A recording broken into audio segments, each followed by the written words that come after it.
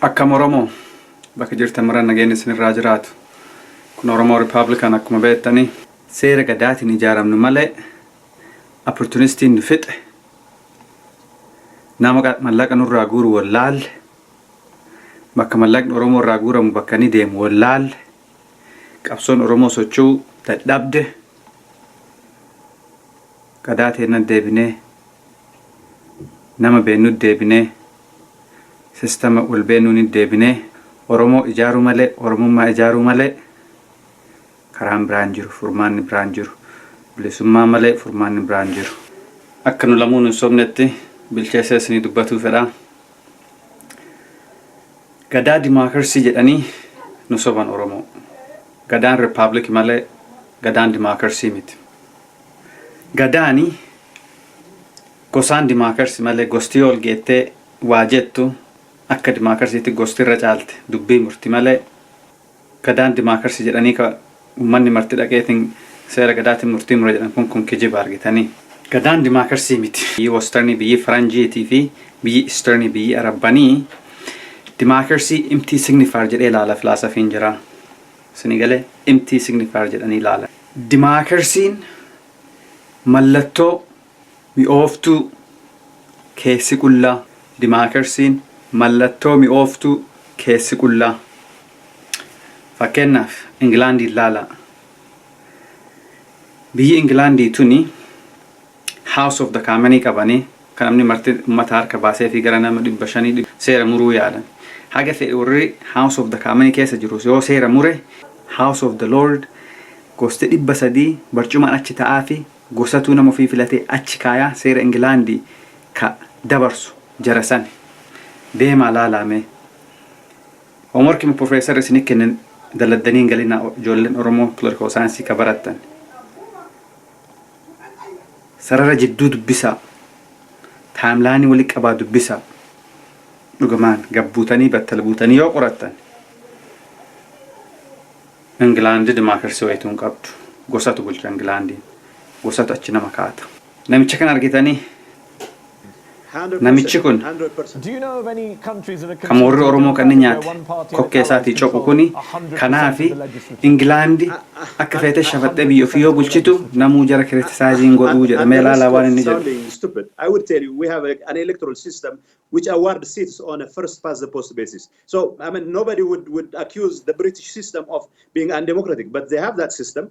But fortunately for them they don't have 100% of seats. Kanaaf akkana jetti Tigreen. Tigreen illee akkasin bulchiti bar. Dimokiraasii kamii aawu fafoo kaanii ufii Republikaaniin bulti Tigreen.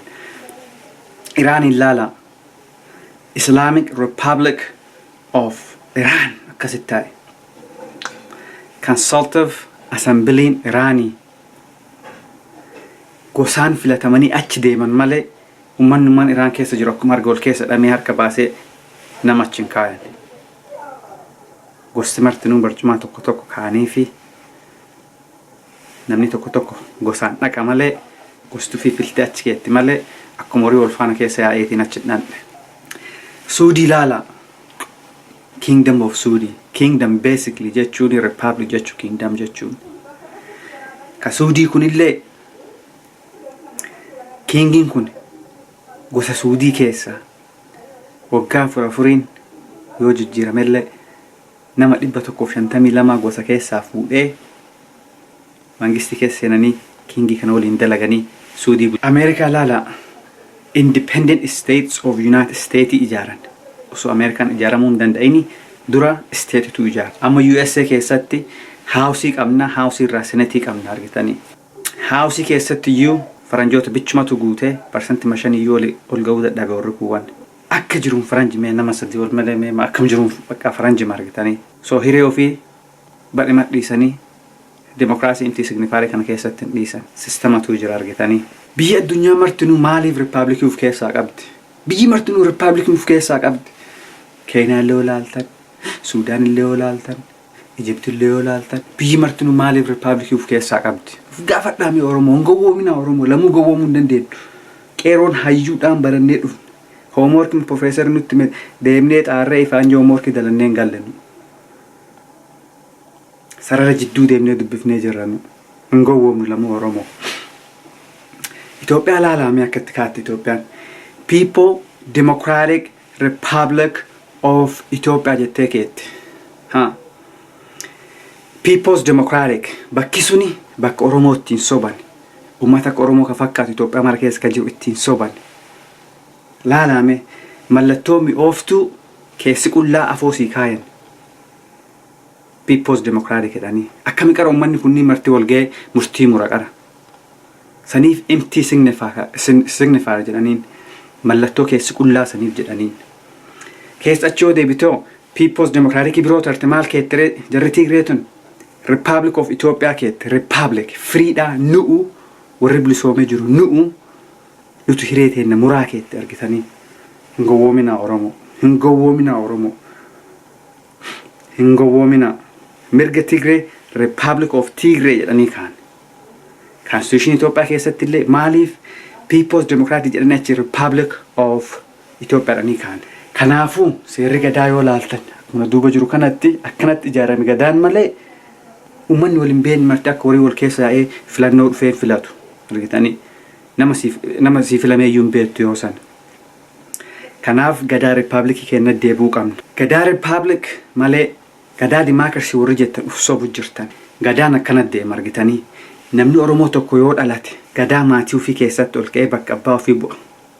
Bakka abbaa ofii bu'een booda deemee bakka balbala ofii bu'a. Balbala ofii keessatti hoo jabaatee gosatti tara argitanii gosa xiqqoo sanitti tara. Gosoota Arsii keessa jirtu san, gosoota Harargee keessa jirtu san, gosoota Shawaa keessa jirtu san, gosoota Wallagga keessa jirtu, gosoota Boorana keessa jirtu san gosa sanitti tara. Osuma Wallaggattuu hin tarin dur osoo Shawaatti hin tarin osoo Arsitti hin tarin gosa ofiitti achi keessa jirtu sanitti taree gosa san keessatti ijaaramuu qaba namni kun. Gosa san keessa yoo ijaarame namni deemee isteetii fi gosa guddoo keessa ijaaramuu qaba argitanii akka seerri gadaa siin jedhutti. Gosa sante keessaa baatee Arsii keessatti ijaaramuu qabdaa jedhan. Gosa sante keessaa baatee Shawaa keessatti akka waliigalatti Shawaa keessa ijaaramuu qabda. Boorana keessa ijaaramuu qabda. Wallagga keessa ijaaramuu qabda. Harargee keessa ijaaramuu qabda. Yoo achi keessa ijaaramtee yoo Arsiin si filatte nama Arsii taate Arsii keessa yoo filamte nama Shawaa taate Shawaa keessa yoo si filatte nama Shawaattu si filata bar namni biraa dhufee bakka hin beekne dhufee sin filatu. Wallagga keessa yoo ati jabaatte akka si filamte achi deemtee Oromoo keessa filamte argitanii. Hin argitaa miti as gubbaatti. Gadi ol dhufta malee gubbaa gadi hin dhuftu. Gubbaa uga dhufte nama hin beekne si dhufa. Kanaaf Oromoon yoo wal geettu gosaan wal geetti. Oromoon gosa qabaa Amaara surree bulee jedhaniif keessaa baasan. Durgi Sillaaseen akkasitti taphatu san Oromoon gosa qaba Amaara surree bulee jedhaniif keessaa baasan. Gizee Minilikii, Gizee Haile Sillaasee, Gizee Mangistuu akkasuuf keessaa baasan. Hin gowwoominaa Oromoo, hin gowwoominaa. Qeerroon hin gowwoominu, isin hin gowwoominaa. Nu Rippaabilikaaniidha malee kadhattuu dimokiraasiitii miti. Lafateen irra teenne eenyuun kadhanna.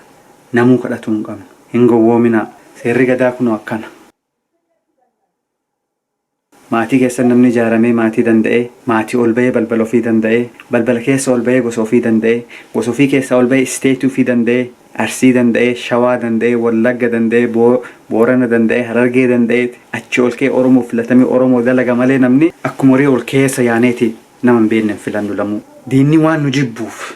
Warri Itoophummaa fedhu waan Oromummaa seera gadaa jibbuuf gandummaa jedhee si arrabsu. Yoo ati seera gadaa ka dhugaatiin deemte gandummaa jedhanii si arrabsan. Hin sodaatin haa arrabsanii.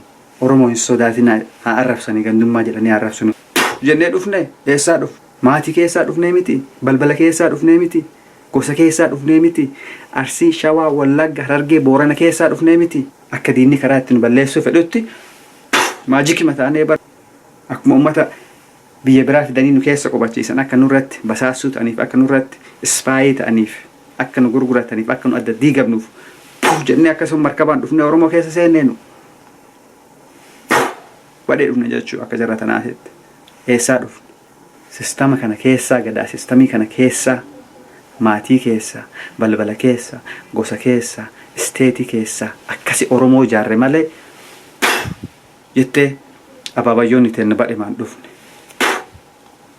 Gaasnaadhaas sunni uumite Oromoo akkuma akaakayyoonni teen abaabayyoo teen Oromoon gosa qaba Amaara surree bulee jettee of keessaa baaftutti nama Oromoon teen akkasuuf keessaa baasuu qabna. Nama Oromummaan feen akkasuuf keessaa baasuu qabna. Akkas Oromummaa deebuu qabna. Galatooma na dhaga'uu keessaniif